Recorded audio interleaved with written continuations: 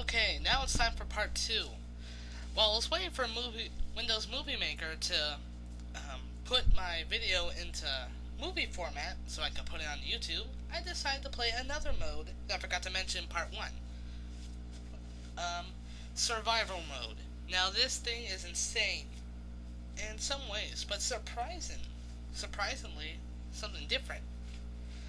The point in survival mode is to take any character that you played and just run rampant of fighting 200 of the normal enemies.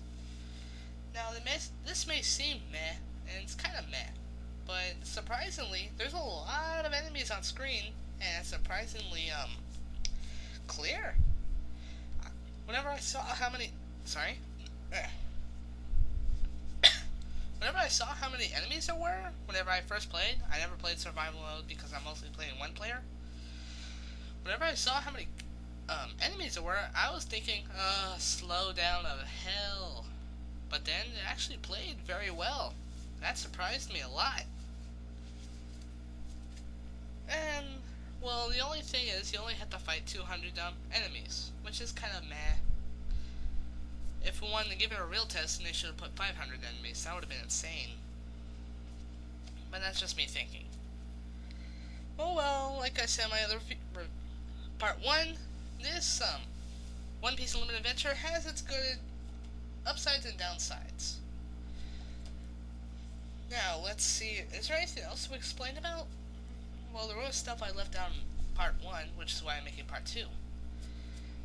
Well, I should give a full character list, but you know what? You could look up that in the Knower of Everything Wikipedia.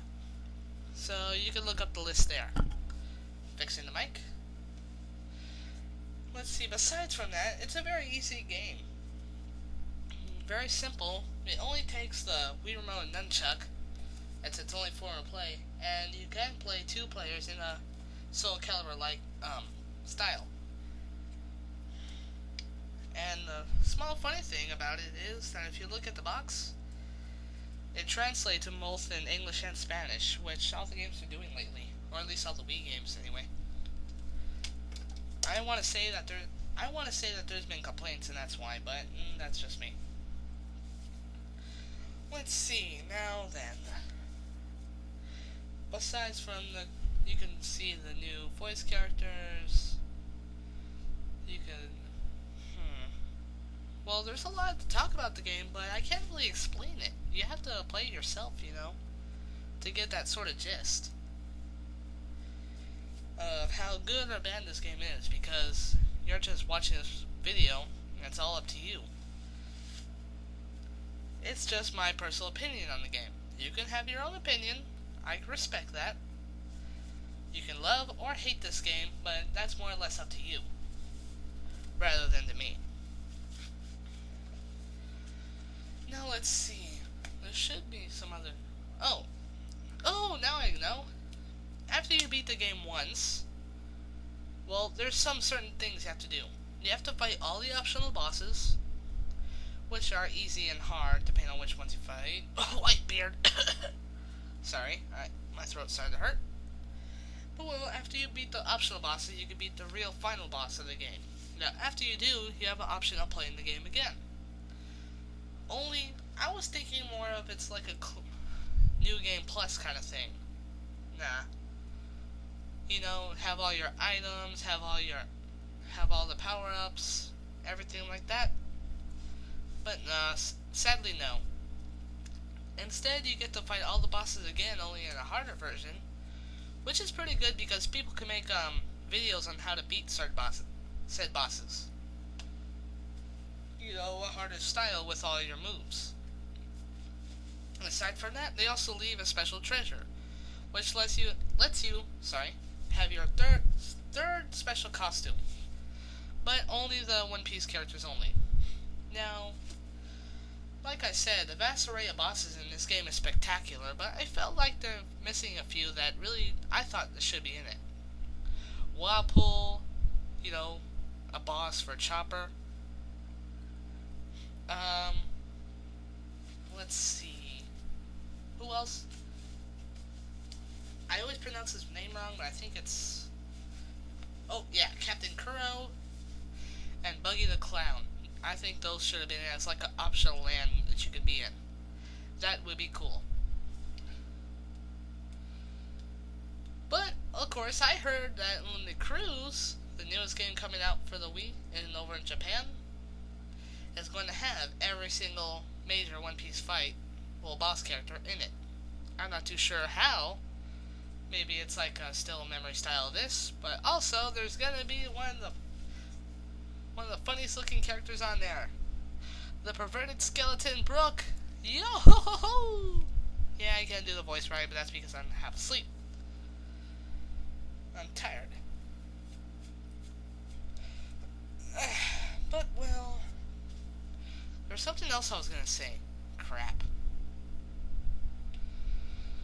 Well, like I was saying, this game is meant clearly for the fans of One Piece, and anybody who watches Japanese One Piece. Speaking of that, I'm using the Japanese box art because the English does not have Frankie. So I decided, to include him, might as well put him in. I wonder why they got rid of him. I mean, there's no point. Oh, well. Any other extra things I should talk about? Let's see. Besides the fact that I have Frankie, Thousand Sunny. Oh! I guess I'll say some things about Unlimited Cruise. Since I'm running out of things to say about Unlimited Adventure.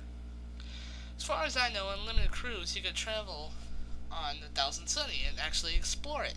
That is really neat. And really cool.